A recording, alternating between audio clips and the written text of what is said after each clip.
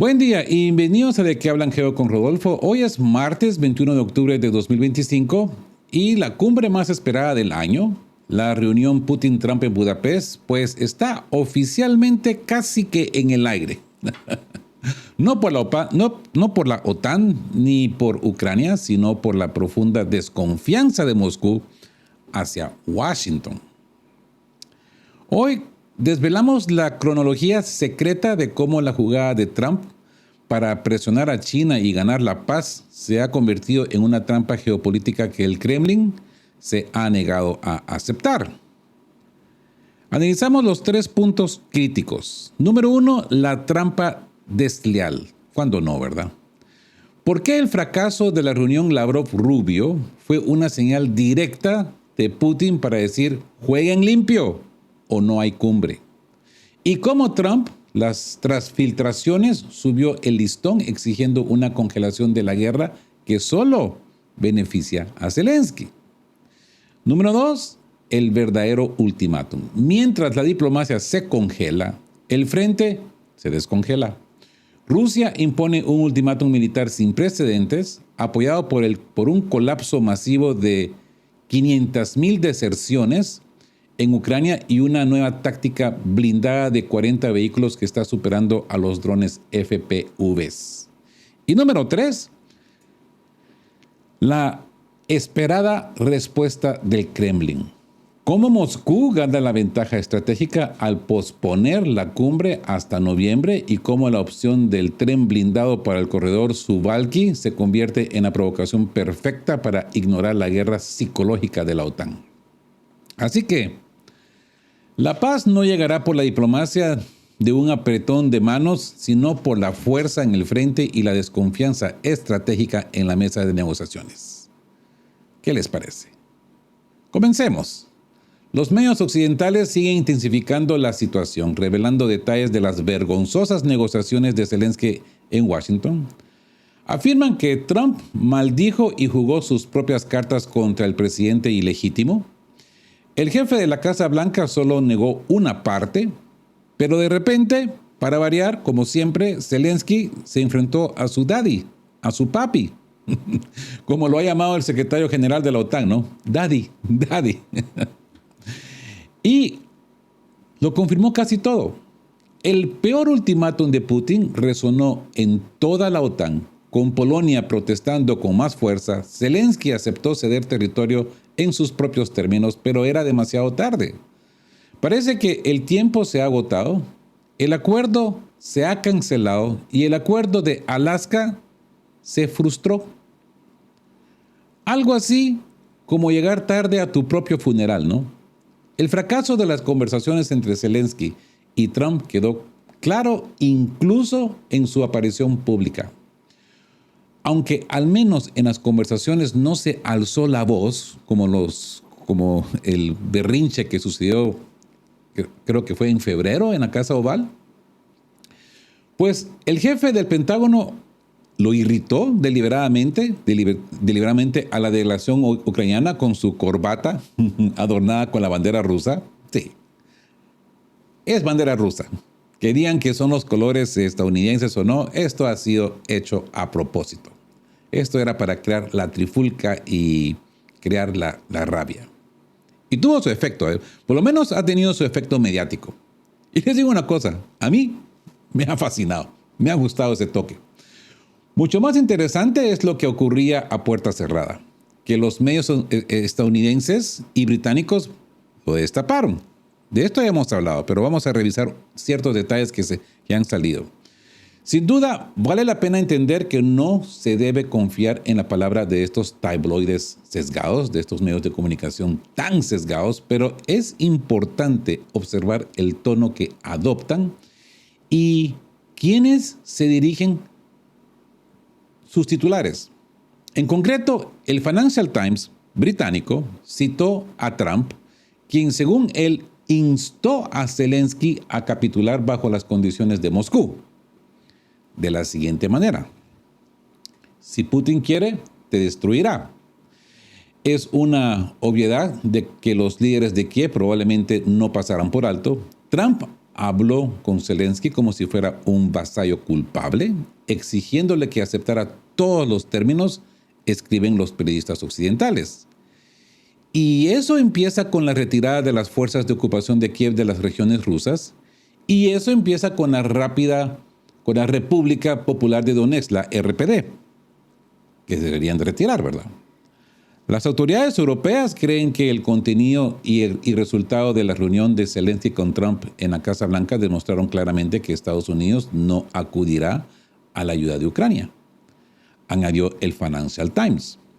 Reuters, por su parte, afirmó que Trump, en un ultimátum, declaró su disposición a brindar garantías de seguridad no solo a Ucrania, sino también a Rusia, lo que en teoría elimina cualquier idea de revanchismo ucraniano.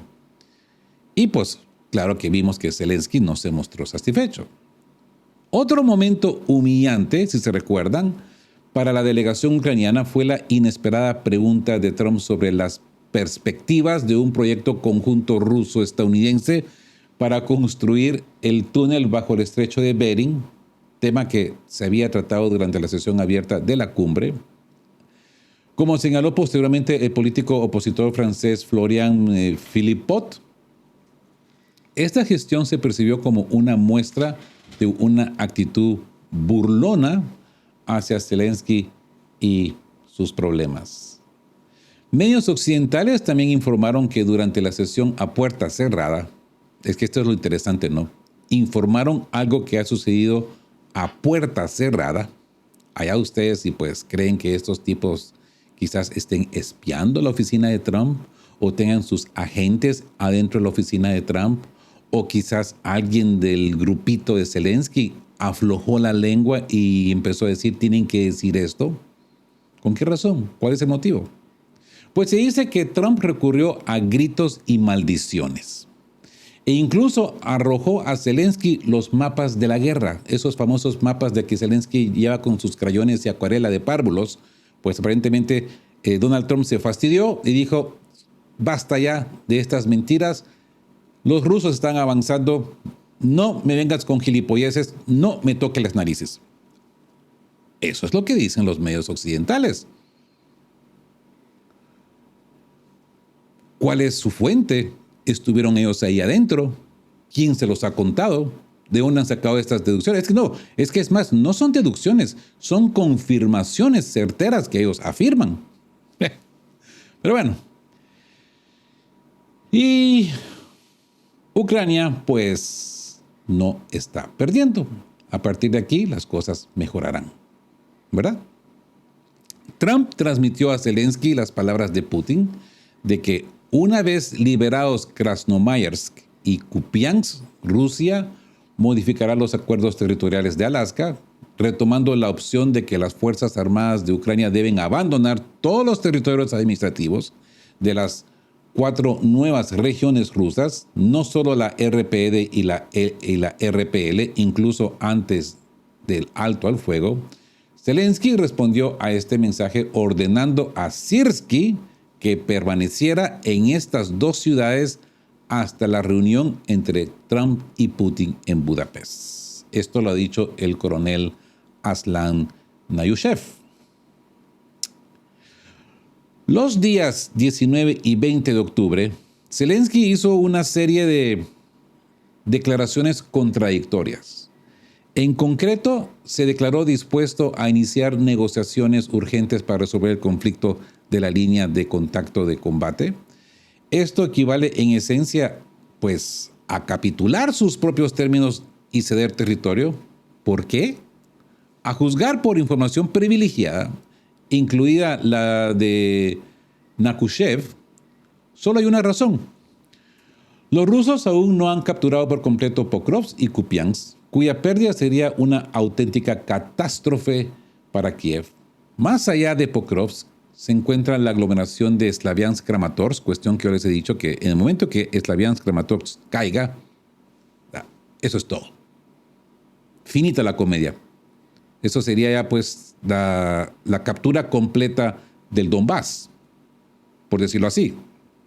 Más allá de Kupiansk, también se encuentra Izium, que también se prepara para defender. A continuación, se producen declaraciones completamente diferentes. Zelensky volvió a hacer varias declaraciones contradictorias. Primero, declaró que el fin de la guerra está cerca, pero inmediatamente aclaró que no habrá retirada de Donbass. Cambio de polvo. Más tarde añadió que Ucrania estaba preparando un contrato para 25 sistemas Patriot, sin especificar la cantidad exacta, lanzadores, radares o baterías. Esto lo escribe Crónica Militar, a lo que yo agregaría, ¿de dónde va a sacar el dinero? ¿Va a ser pagado por los impuestos del pueblo europeo? Solo pregunto. Porque se entiende que Donald Trump no está regalando esas armas más, sino que se las está vendiendo a Europa. Ok, dígase la OTAN, pero se las está vendiendo a Europa. Aunque sabemos ese jueguito, esa maniobra de cómo fluye del flujo del dinero, de que Trump dice que se lo vende a la OTAN, pues la OTAN supuestamente tiene que recibir dinero de países contribuidores europeos que no tienen, entonces los europeos tienen que pedir dinero prestado. ¿A quién? A Estados Unidos. Entonces, consecuentemente, es Estados Unidos quien está comprando las armas con un pagaré, ¿verdad? Pero con un pagaré de Europa, que Europa se compromete a pagar estas armas de alguna u otra manera. Consecuentemente, va a ser pagado por el pueblo europeo. Aún así, desglosemos este movimiento del flujo del dinero. Los afectados va a ser el pueblo europeo. Zelensky también declaró que Budapest no es el mejor lugar para una reunión de paz, ya que Orbán bloquea a Ucrania en todas partes. El monstruo de Orbán. Sin embargo, por alguna razón desconocida, está dispuesto a asistir, aunque no ha sido invitado. También afirmó que Moscú sigue exigiendo la retirada de las Fuerzas Armadas de Ucrania del Donbass para que comiencen las negociaciones. ¿Ok? Contradicciones, ¿verdad? Así que durante las conversaciones se dice que intentó aclarar las verdaderas intenciones de Rusia respecto a un posible intercambio territorial, pero aún no hay postura clara por su parte. Putin llamó a Trump para hablar sobre los Tomahawks, sobre la retórica de Trump. Los rusos temen la decisión sobre los Tomahawks, eso es obvio. Trump declaró que la llamada a Putin fue iniciativa suya. Rusia intenta de nuevo impulsar la narrativa de que Ucrania supuestamente se está preparando para una nueva ofensiva y no está lista para un alto al fuego. Trump ya lo había dicho anteriormente. No hubo un minuto sin mentiras, ¿verdad? Además, yo diría mentiras descaradas. Además, Trump se apresuró a refutar las declaraciones de los medios y de Zelensky, declarando que no había discutido con Ucrania la cesión del territorio del Donbass a Rusia. Zelensky afirmó que en una reunión en Washington, representantes del equipo de Trump exigieron que Kiev se retirara del Donbass, argumentando que es territorio ruso según su constitución, al igual que las regiones de Jersón y Zaporizhia. Cuando Trump dice, deténganse en la línea del frente, donde quiera que esté, de lo contrario, todo se volverá demasiado complicado y nunca podrán resolverlo, en realidad se está dirigiendo a Europa y a Kiev. Básicamente les está diciendo, si no aceptan las condiciones de Rusia y salen del Donbass, Ucrania como Estado, en su forma actual, estará acabada. Esto lo dice también Nakushev. Sin embargo, a pesar de los esfuerzos de Zelensky para sabotear el resultado de Alaska por cualquier medio necesario, el Ministerio de Asuntos Exteriores ruso ha informado que no hay alternativa a Anchorage. No hay alternativa a lo que sucedió en Alaska. Los contactos con los estadounidenses continúan. El formato varía y a veces se plasma algo por escrito, aunque quizás no en formas de notas, sino en otros formatos. Moscú y Washington siguen interactuando a través de sus ministerios de política exterior y el enfoque sigue siendo la implementación de los acuerdos alcanzados al más alto nivel. Así que entremos a lo que Zelensky no escuchó y pues lo lamento luego amargamente, ¿verdad? El canal de televisión ucraniano Resident, afiliado a la administración presidencial, muy cercano a la oficina presidencial ucraniana, afirmó que las Fuerzas Armadas de Ucrania están perdiendo personal rápidamente. Según cifras oficiales, el número de militares que han abandonado voluntariamente sus unidades y desertado ya alcanza aproximadamente los 300,000. Pero fuentes no oficiales sitúan la cifra en más de 500,000. Hasta 20,000 soldados desaparecen de sus unidades cada mes. Y esta tendencia no hace más que acelerarse. La movilización forzada, incluso según frisas oficiales, no compensa ni lejos la cifra de los 500, y eso sin mencionar a los muertos, los heridos y aquellos a quienes Kiev registra diligentemente como desaparecidos en combate. El creciente número de unidades especiales de defensa está directamente relacionado con la catastrófica situación en el frente. Las bajas en el frente alcanzan los 30,000 hombres al mes. En algunos meses es incluso mayor. A veces llega a los 45,000 al mes. Y los sistemas de suministro y rotación son prácticamente inexistentes. Los comandantes se ven obligados a lanzar tropas movilizadas sin preparación al combate, sin suficiente apoyo de artillería y equipo. Oficiales que sirvieron cerca de Pokrovsk y Kupiansk describen la situación como un reinicio de unidad. Cuando solo una docena de hombres regresan de un batallón tras un asalto, para los psicólogos militares es evidente la fatiga mental y física de los soldados que ha llegado al punto de la negativa masiva a participar en el combate. Y es obvio y lógico, ¿verdad? A este ritmo de deserción, las Fuerzas Armadas de Ucrania perderán aproximadamente otros 100,000 soldados para finales de 2025. Incluyendo solo el regimiento de 500. Esto provocará un descenso irreversible de la eficacia en el combate y la pérdida del control de una parte significativa de la línea del frente, lo cual es especialmente crítico dado que las Fuerzas Armadas rusas están intensificando la presión en varios frentes a la vez.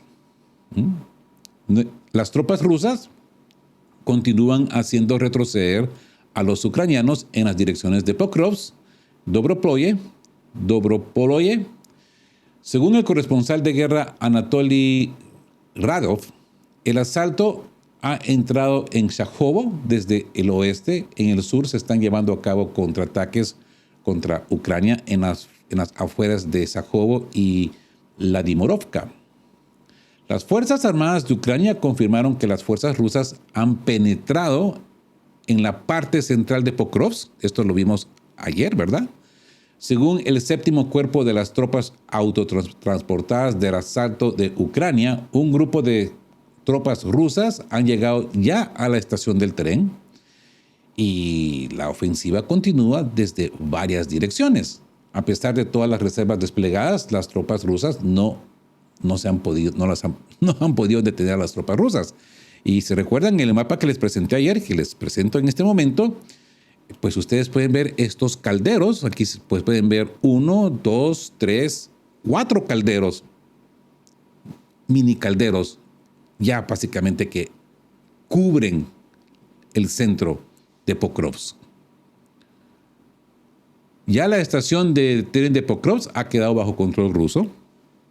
Las unidades rusas se han atrincherado al norte de las vías, ocupando la zona del depósito de locomotoras y varios edificios administrativos en la calle de Izmita. Su avance por la calle de Selesnodorosnaya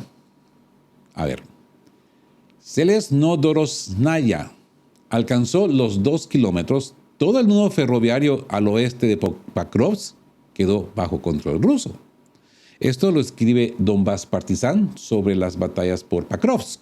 Además, se ha informado que las fuerzas rusas, las FAB guiadas, han llegado a la ciudad de Lasovaya, en el centro logístico de la región de Kharkiv, y a Poltava por primera vez a más de 200 kilómetros de la línea de contacto del frente, ¿verdad?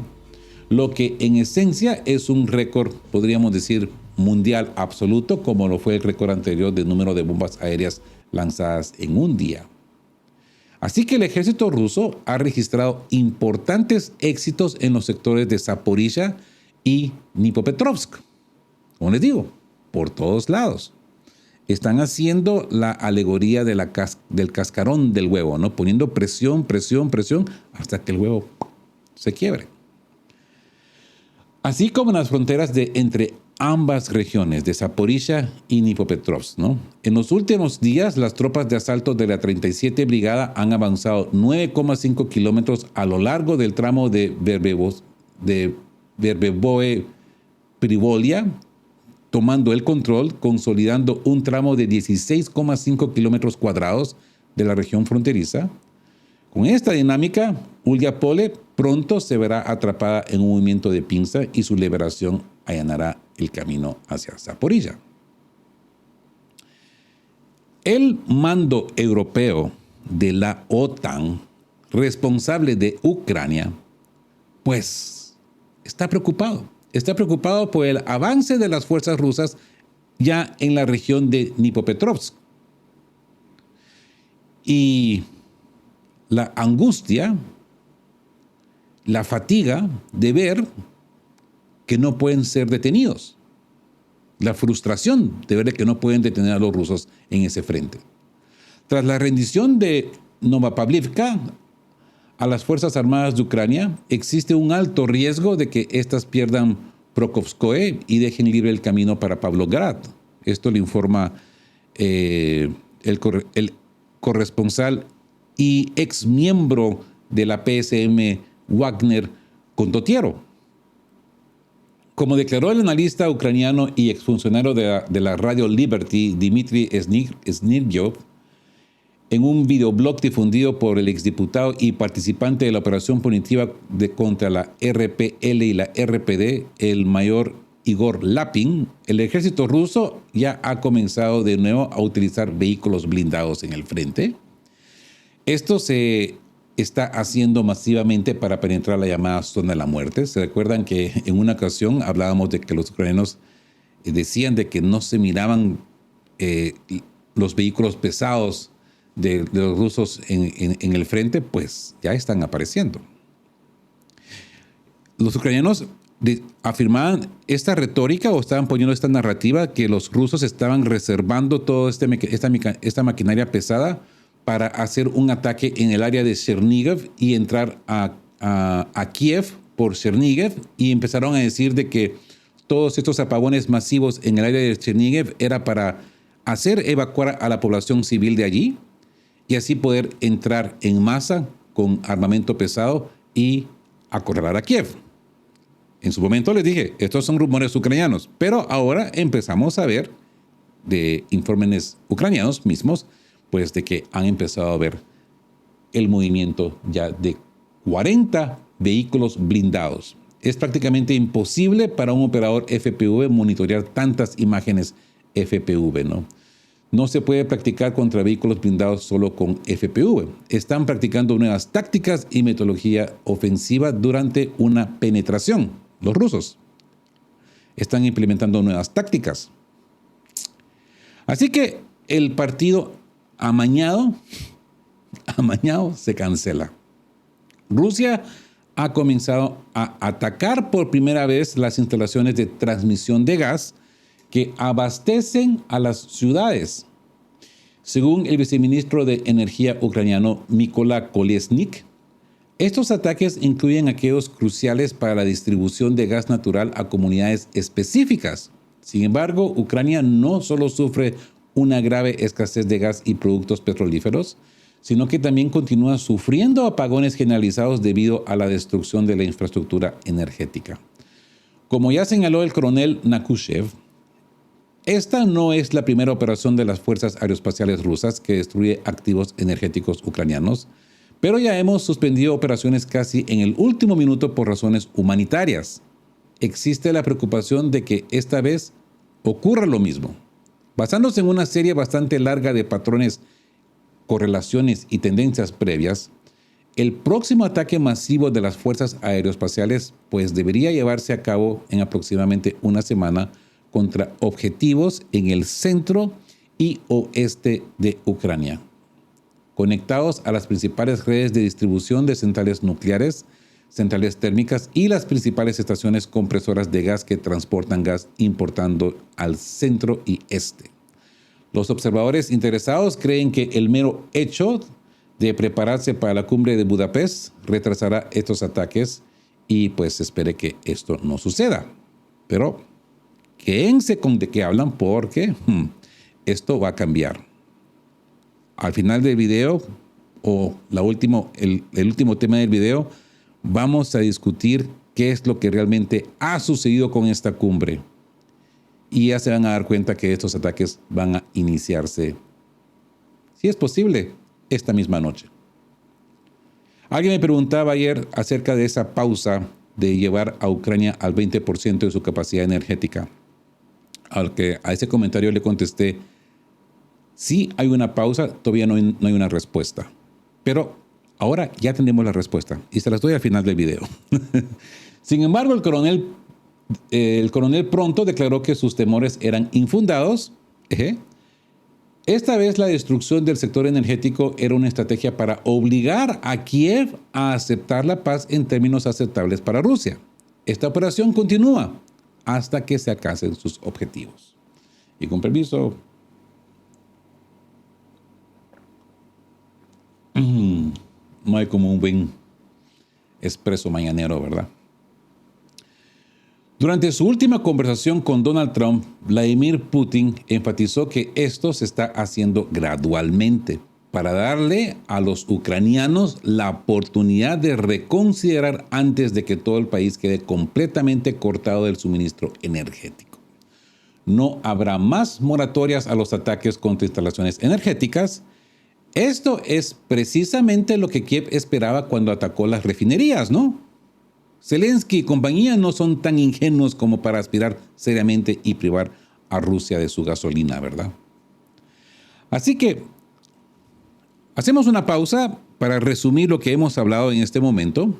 No es una repetición, solamente quiero crear, para los que han venido tarde al video, pues un contexto más resumido, ¿no? El ultimátum real.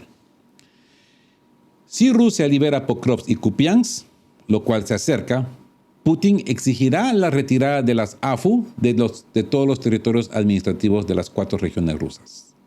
La capitulación tarde de Zelensky. Zelensky se mostró dispuesto a ceder territorio, pero la situación en el frente se lo impidió. Su exigencia de detenerse en la línea de contacto de combate es una táctica para ganar tiempo y así poderse rearmar. Los rusos no van a bailar esa canción. El colapso de las AFU, la deserción masiva, más de 500,000 soldados y las bajas de 30,000 o 40,000 al mes han provocado el reinicio de unidades. Solo una docena de hombres regresan de un batallón después de combate. Nuevas tácticas rusas. El avance de Rusia es profundo. Poltava a 200 kilómetros y utiliza una nueva táctica blindada, 40 vehículos a la vez, que supera los drones FPV ucranianos. Esta estrategia, la estrategia energética, Rusia ha roto la moratoria atacando las instalaciones de transmisiones de gas. El objetivo, según Putin, es la destrucción gradual para obligar a Kiev a reconsiderar antes del colapso total. ¿Ok? Ahora empecemos con el segundo tema del día. Y vamos a hablar de esta famosa Operación Telaraña. Sí, ya la escuchamos anteriormente y fue doloroso para los rusos, pero aparece otra vez. Ha vuelto a sonar.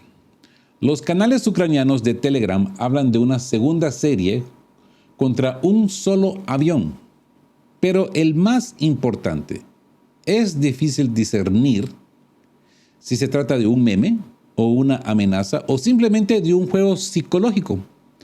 Mientras tanto, una orden de arresto contra el presidente está pendiente en La Haya. El presidente Vladimir Putin está pendiente en La Haya. Hungría se prepara para una visita y todas las rutas de vuelo pasan por los países donde la ley y la política podrían jugar en contra de Rusia, sobre Turquía. El avión presidencial podría ser escoltado por los mismos aviones de combate que derribaron el Su-24 ruso en el 25. ¿Suena esto lógico? Que el avión presidencial de Rusia va a ser escoltado por aviones turcos que ya una vez ha derribado un avión militar ruso. Así que la red de telaraña sobre Europa. La palabra red, la palabra telaraña, vuelve a sonar en las redes sociales ucranianas. Ese fue el nombre de la operación del SBU del verano de 2025, cuando los drones ucranianos atacaron bases aéreas rusas desde Murmansk hasta Irkutsk.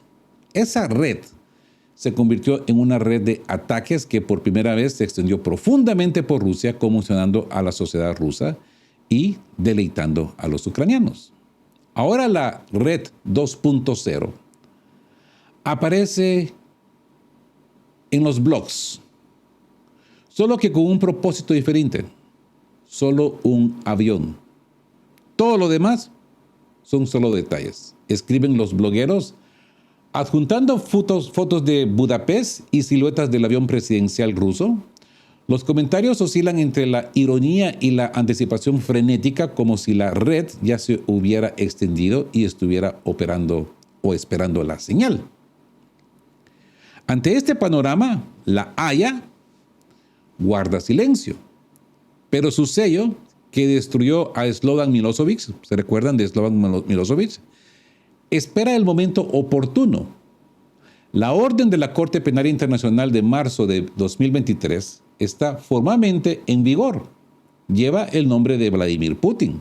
Hungría es signataria del Estatuto de Roma, lo que significa que está formalmente obligada a acatar la sentencia del tribunal. En la práctica se trata de un dilema diplomático. El primer ministro Orbán afirma la ley es la ley, pero tenemos nuestras propias opiniones. ¿Le creen? Existe una conexión entre la Haya y Budapest. En un lugar se encuentra un documento con una firma, mientras que en el otro se prepara una cumbre con ese mismo nombre en la lista de invitados, ¿verdad? Y otra red se extiende por los cielos. Tras el inicio de la guerra, la Unión Europea cerró su espacio aéreo a los aviones rusos. No quedan rutas directas a Hungría. Para llegar a Budapest hay que tomar desvíos a través de Serbia, Turquía y posiblemente corredores aéreos sobre los Balcanes. Cada tramo del viaje conlleva a un propio nivel de riesgo. Cada frontera tiene sus propios radares, su propio clima político, sus propias tensiones. Un error de piloto o un fallo de la señal podrían desatar un escándalo internacional. Así que, ¿qué se requiere para la red 2.0? Al menos 3 elementos. Primero, información precisa sobre la ruta del avión presidencial, la hora de salida, altitud, el plan de vuelo. Segundo, accesos a armas capaces de alcanzar objetivos en territorio extranjero, misiles, drones y sistemas portátiles de defensa aérea. O agentes en el país anfitrión.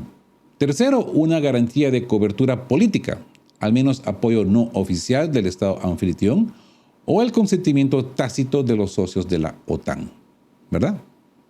Ninguno de estos puntos es alcanzable para Kiev. La información de las rutas es clasificada. Las armas no pueden entregarse legalmente. Esto no es Rusia, con su vasta y deficiente red de carreteras, sino un país europeo donde cada metro está bajo vigilancia. Budapest no solo no apoyará tales acciones ni las ignorará, sino que se esforzará por prevenir incluso el más mínimo riesgo de que se produzcan. Se descarta un ataque remoto con drones debido al alcance y la densidad de los sistemas de defensa aérea de los países europeos. Un ataque realista sin la participación de los servicios de inteligencia del país anfitrión es imposible, ¿verdad? ¿Qué se requiere para ejecutar una orden de la CPI? Una orden de la Corte Penal Internacional solo es válida en los territorios de los estados firmantes del Estatuto de Roma. Hungría es signataria. Sin embargo, la decisión de arresto debe ser tomada por las fuerzas de seguridad nacionales del país anfitrión. Los jefes de Estado gozan de inmunidad diplomática si su visita es oficial. La ejecución de la orden judicial puede suspenderse por decisión política del gobierno. El Ministerio de Asuntos Exteriores húngaro y el propio ministro Víctor Orbán han declarado reiteradamente que no se arrestará al líder ruso. Por lo tanto, legalmente existe la posibilidad, pero públicamente es nula. Implementarla requeriría un cambio en la postura del gabinete y la aprobación de la Unión Europea, algo que actualmente no se ve a la vista, no está a la vista. Ahora, la ruta presenta riesgos, ¿verdad? El espacio aéreo de la Unión Europea está cerrado a los vuelos rusos a partir de 2022. Las rutas teóricamente posibles pasan por Turquía, Serbia, Bosnia y Herzegovina y luego Hungría. Yo agregaría también acá a Eslovenia. Cada país requiere autorización diplomática previa para sobrevolar. Las aeronaves militares y gubernamentales deben obtener un permiso individual. Cualquier negativa por parte de un país de tránsito imposibilitará la ruta con antelación, incluso antes de la salida. Sin embargo, existen riesgos técnicos.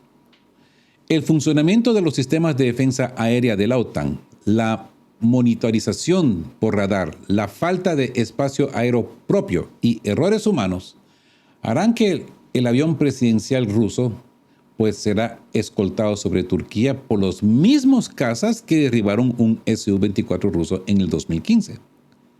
Tras el incidente, Erdogan afirmó que formaba parte de una conspiración de una red, uno de cuyos miembros, un policía, disparó al embajador Karlov.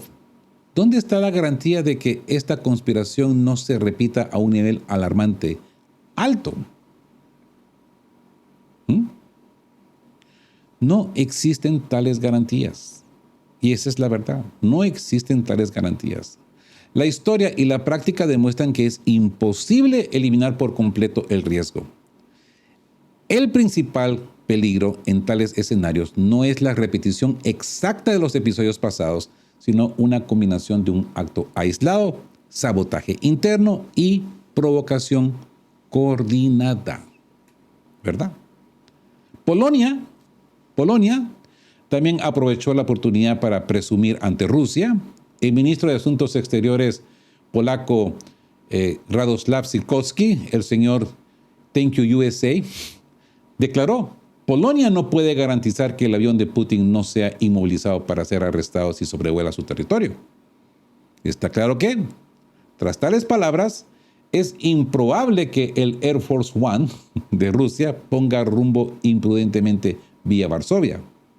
Pero el cielo está lleno de sorpresas, ¿verdad? Así que estas palabras, yo diría, deben tomarse en serio. Así que entramos a lo que son mitos o realidad, o mitos y realidad. La operación Telaraña 2.0 existe únicamente como una estructura de red.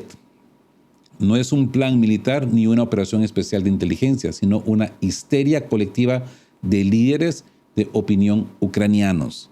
Su difusión demuestra que la actividad informativa se está convirtiendo en una herramienta independiente de presión, una amenaza distorsionada, el comportamiento de los ucranianos incluso sin acción física. Para esto no se necesitan drones ni agentes. Basta con lanzar un tema en el momento oportuno y crear una sensación de vulnerabilidad, ¿verdad? La orden de la Corte Penal Internacional funciona según la misma lógica. Su fuerza legal, pues, es limitada, aunque su fuerza simbólica es significativa. No puede implementarse sin una decisión política de los países participantes, por lo que se reduce a que cada mención del nombre de Putin en el extranjero vaya acompañada de un recordatorio de la Haya. Pequeñas medidas que dañan la imagen, ¿verdad? Ese es el alcance de las dificultades reales de la CPI. el propio Estados Unidos desempeñó un papel importante en esto al sancionar severamente a la CPI en mayo de 2025 por intentar iniciar una investigación contra la administración israelí en relación con la operación en Gaza. Es más, Benjamin Netanyahu visitó Hungría y la CPI no pudo hacer nada. Las rutas aéreas aumentan la presión psicológica, pero no pueden hacer mucho más. Crean una apariencia de vulnerabilidad sin representar una amenaza real. Cada vuelo se convierte en un recordatorio del aislamiento internacional de Rusia, no en un pretexto para un ataque. Y dada la realidad donde Rusia, rechazada por Occidente, simplemente se ha inclinado hacia Oriente, apenas pues es un recordatorio. Así que la guerra podríamos decir que se ha extendido hace mucho más allá del frente. Ahora no solo son los ejércitos los que luchan, sino abogados, periodistas y blogueros.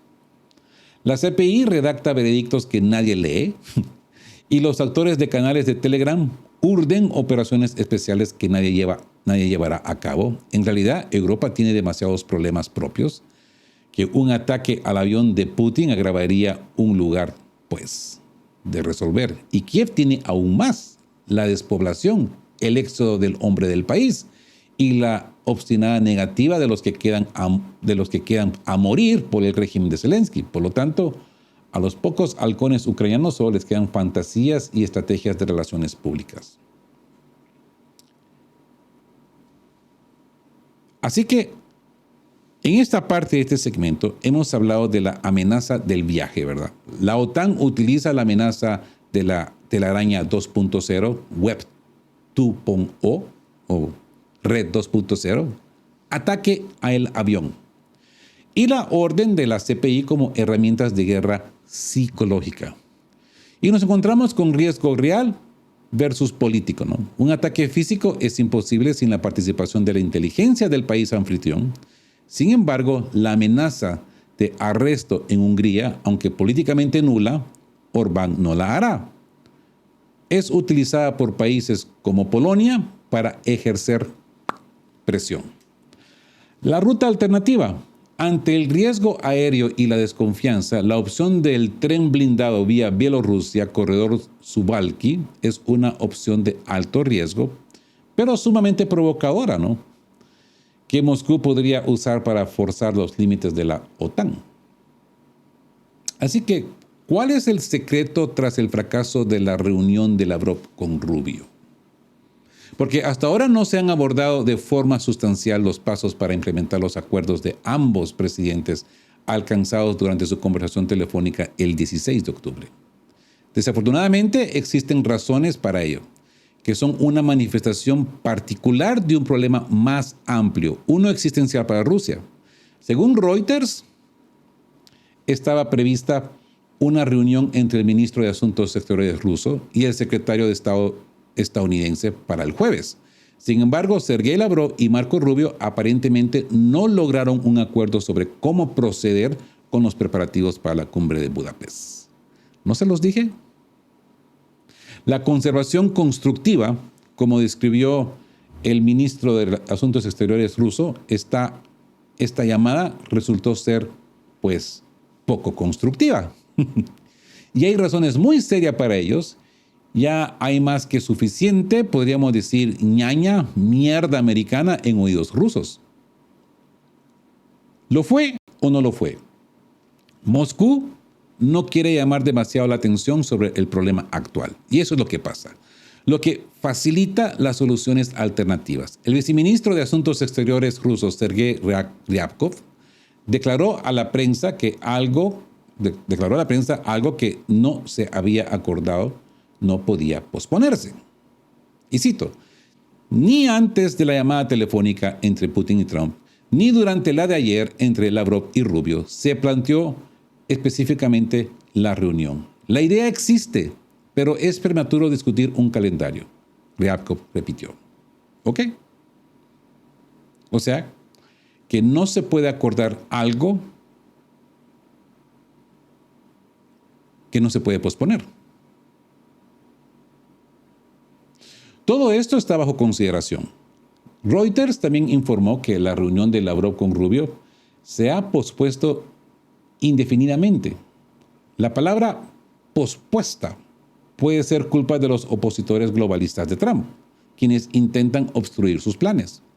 Pero escribir que simplemente no se llevará a cabo, según lo planeado, tendría el mismo efecto, ¿verdad? Estados Unidos quería esta reunión. Se esperaba. Y ahí está. Y aquí está. No se llevará a cabo. Definitivamente no esta semana. ¿Qué está pasando? Según fuentes de la CNN, Lavrov y Rubio discrepan sobre una solución pacífica al conflicto ucraniano. Tras una llamada telefónica entre ambos jefes de política exterior, la Casa Blanca incluyó que la postura de Rusia sobre Ucrania no ha cambiado. Según una fuente de la CNN, el secretario de Estado no recomendará una reunión entre Putin y Trump la próxima semana.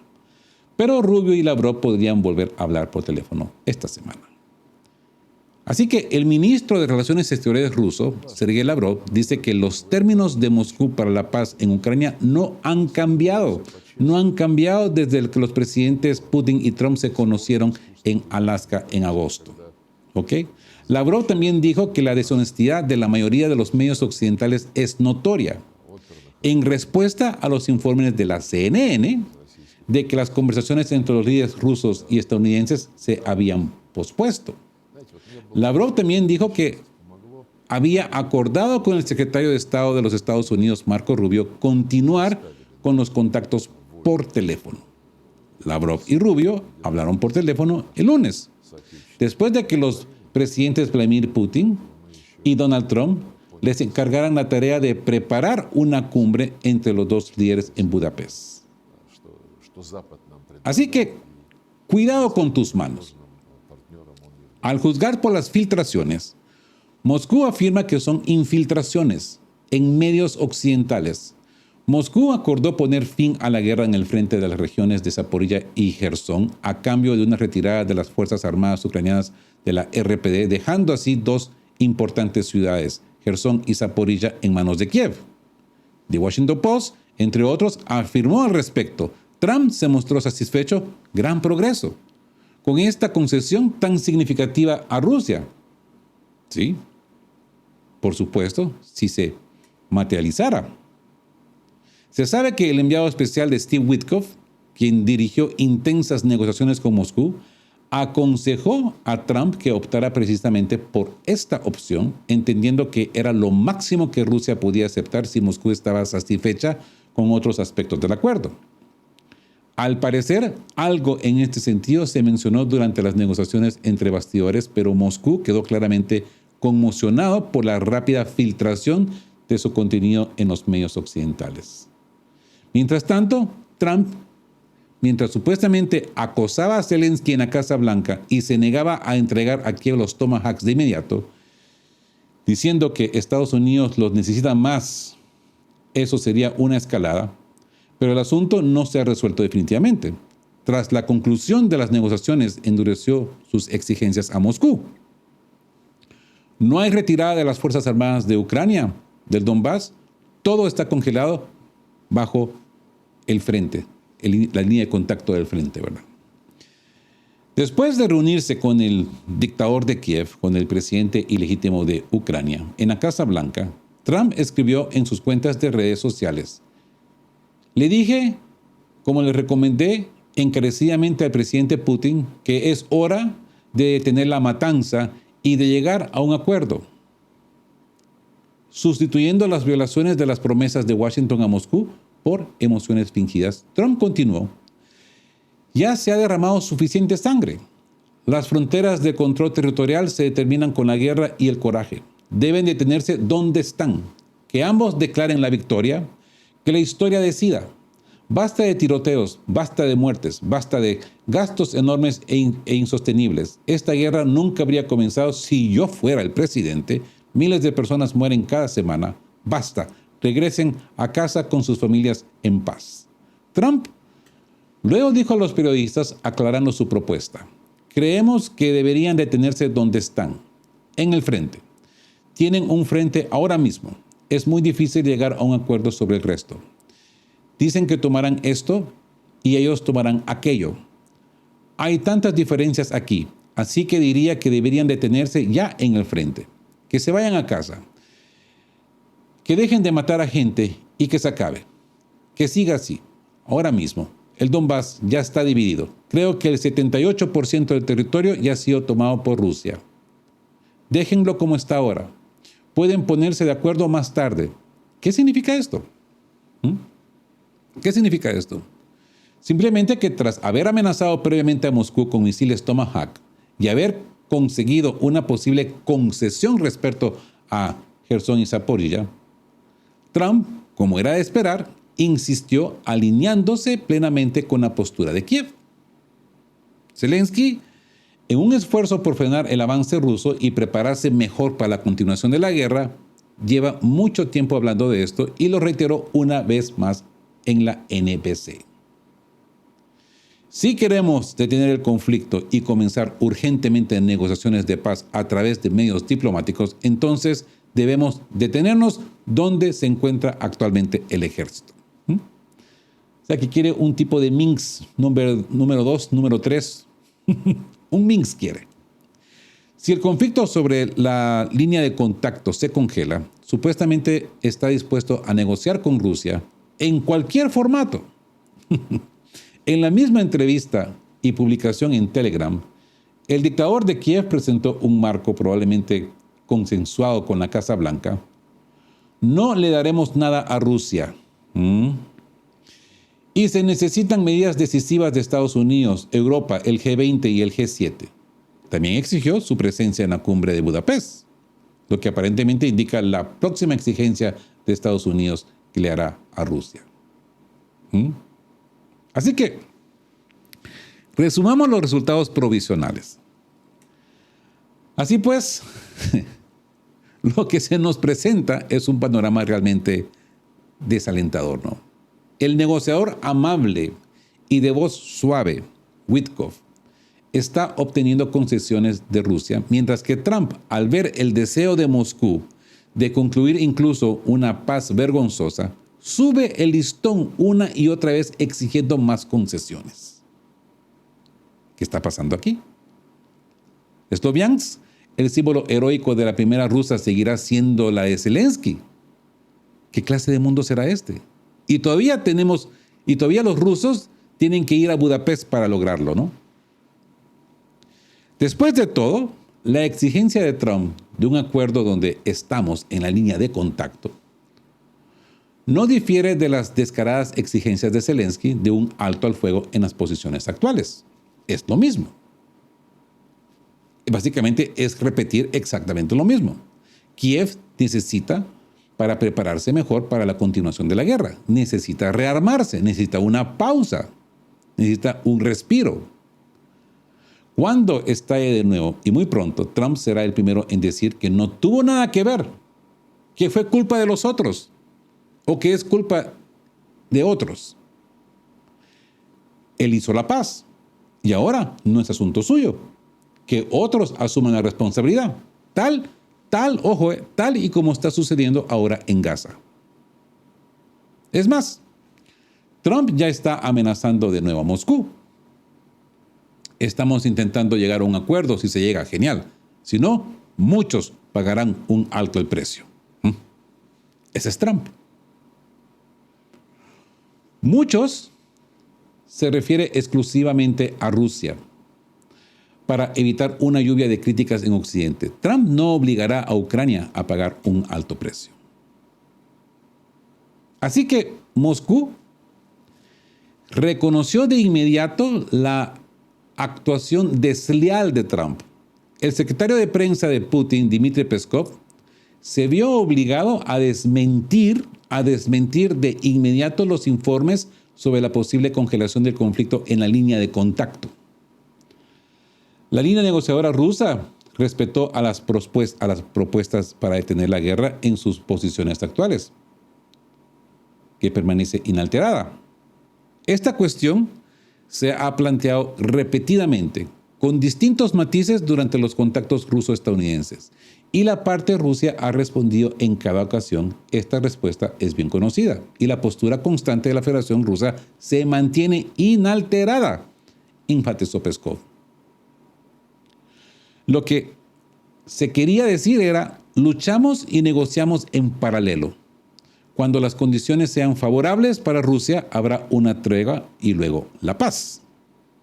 Respecto al intercambio territorial, Peskov declaró brevemente pero significativamente, no hay nada más que informar. Por lo tanto, no descartó la posibilidad. Respecto a la reunión entre Lavrov y Rubio, que está en el aire, Peskov dijo lo mismo que Ryabkov. Es imposible posponer algo que no está acordado.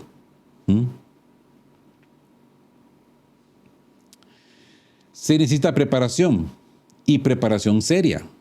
Han escuchado declaraciones de nuestra parte y de la parte estadounidense. No había plazos exactos. Entonces, ¿qué van a posponer? Ojo, hay que tener mucho cuidado con lo que dice la media occidental. Porque aunque sepamos que la media occidental es mentirosa y tramposa, está ahí. Nadie los detiene y siguen diciendo pavadas. Y una gran mayoría las escucha, para después luego decir, ¿vieron? Es Rusia la que no quiere negociar. ¿Vieron? Es Rusia la que quiere seguir con el conflicto. Pero bueno, así pues, dado que la reunión entre Lavrov y Rubio no se celebrará por ahora, Trump ha tenido tiempo para reconsiderar, especialmente en lo que respecta a la solución del conflicto por el Tratado Libre de Comercio de Asia Central, el TLB. No es la primera vez que esto ocurre. La dura respuesta de Rusia ya ha hecho entrar en razón a Trump, quien ha dado marcha atrás. Pero hay un problema que no desaparece. Todo esto ocurre porque los estadounidenses ven que Moscú está desesperado por lograr la paz. Y si ese es el caso, necesitan endurecer sus exigencias y estrangular aún más a los rusos. Esto, dicho sea de paso, también explica la audacia de Zelensky al ignorar a Trump tras la última reunión en la Casa Blanca. Se lo permitieron hacerlo. Así es. Pero Moscú, ya vemos que no es tonto. Moscú tampoco es tonto. El Kremlin no tiene intención de seguir sus reglas con los tramposos. Esto significa que se avecina una ronda de escalada, madre mía, una ronda de escalada, ya ustedes la van a ver. Y el camino hacia la paz en Ucrania no será fácil ni corto. Si Trump quiere ganar la publicidad en Budapest, Estados Unidos debe dejar de hacer trampa descaradamente, ¿verdad? Y por último, ¿acaso nadie aquí entiende que para tomar incluso lo que ya es, en teoría, territorio constitucional ruso en Ucrania, 4 regiones, sin contar a Crimea, dentro de sus fronteras administrativas, necesitan apoderarse de más territorio que se convertirá en objetivo de un acuerdo de paz? Ahora mismo se están negociando sus propios intereses, ¿no? Esto es inaceptable, ya que conlleva mucho más peligros.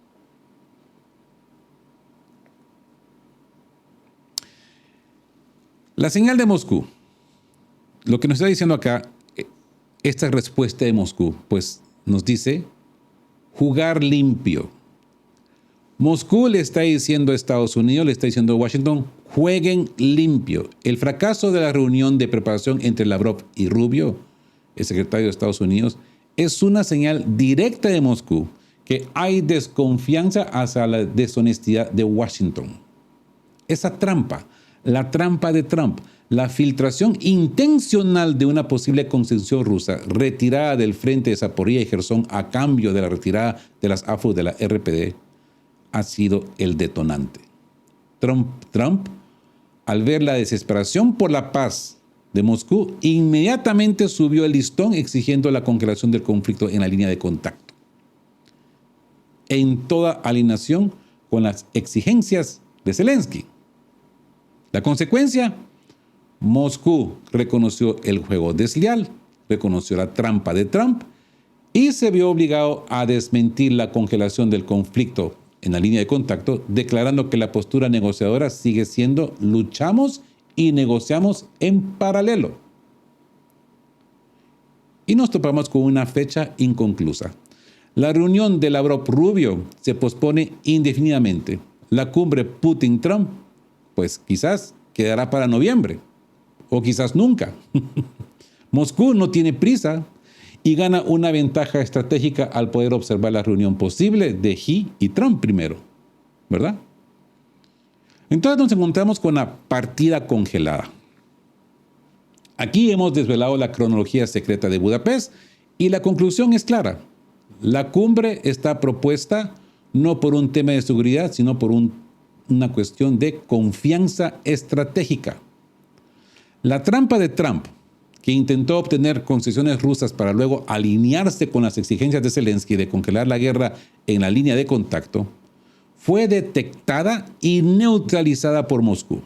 El fracaso de la reunión Lavrov-Rubio fue la señal directa. Putin no tiene prisa. Rusia ha ganado la ventaja estratégica al aplazar la cumbre hasta noviembre, permitiendo que el factor China se decida primero. Mientras la diplomacia se congela, el frente se calienta. El ultimátum militar de la destrucción gradual de la infraestructura energética y la ofensiva con una nueva táctica blindada y el colapso de las AFU por 500,000 desertores demuestran que el Kremlin no negociará desde una posición de debilidad. Si Pokrovsk y Kupiansk caen, la exigencia será la retirada total de las 4 regiones, no un congelamiento en la línea de contacto como estos locos piensan.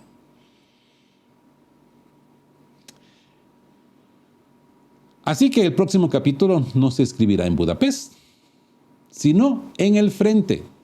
El mensaje de Rusia es inequívoco. Para lograr una paz justa, primero necesitamos ganar más territorio. Así que Mykolaiv y Odessa, prepárense para recibir a sus hermanos, que van por ustedes. Y bueno, con esto concluimos este largo análisis, y quizás un poco tedioso, pero hay que procesar toda esta información para llegar al final de esta conclusión de por qué quizás no haya cumbre y pues de que ya los rusos ya le mandaron un mensaje directo a Washington. Ahora, les hago una pregunta.